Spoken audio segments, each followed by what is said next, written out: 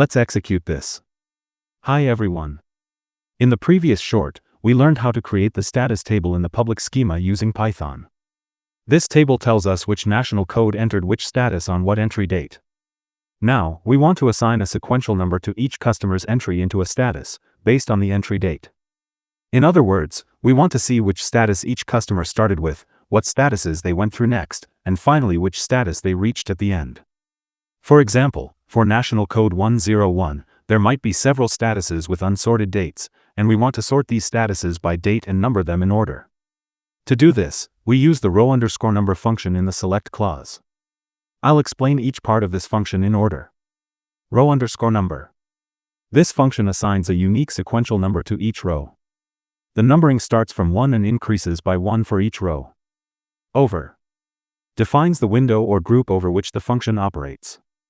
In this section, we define how to group and sort the data.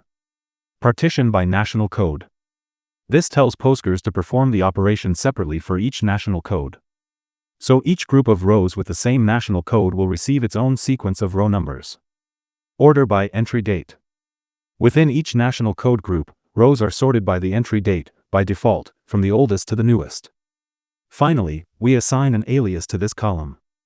After running the query, we can see that entries into different statuses for each national code are sorted based on the entry date, from the earliest to the latest. For example, national code 101 first entered status C on January 9, 2025, then moved into status A, and so on, following the same logic for all national codes.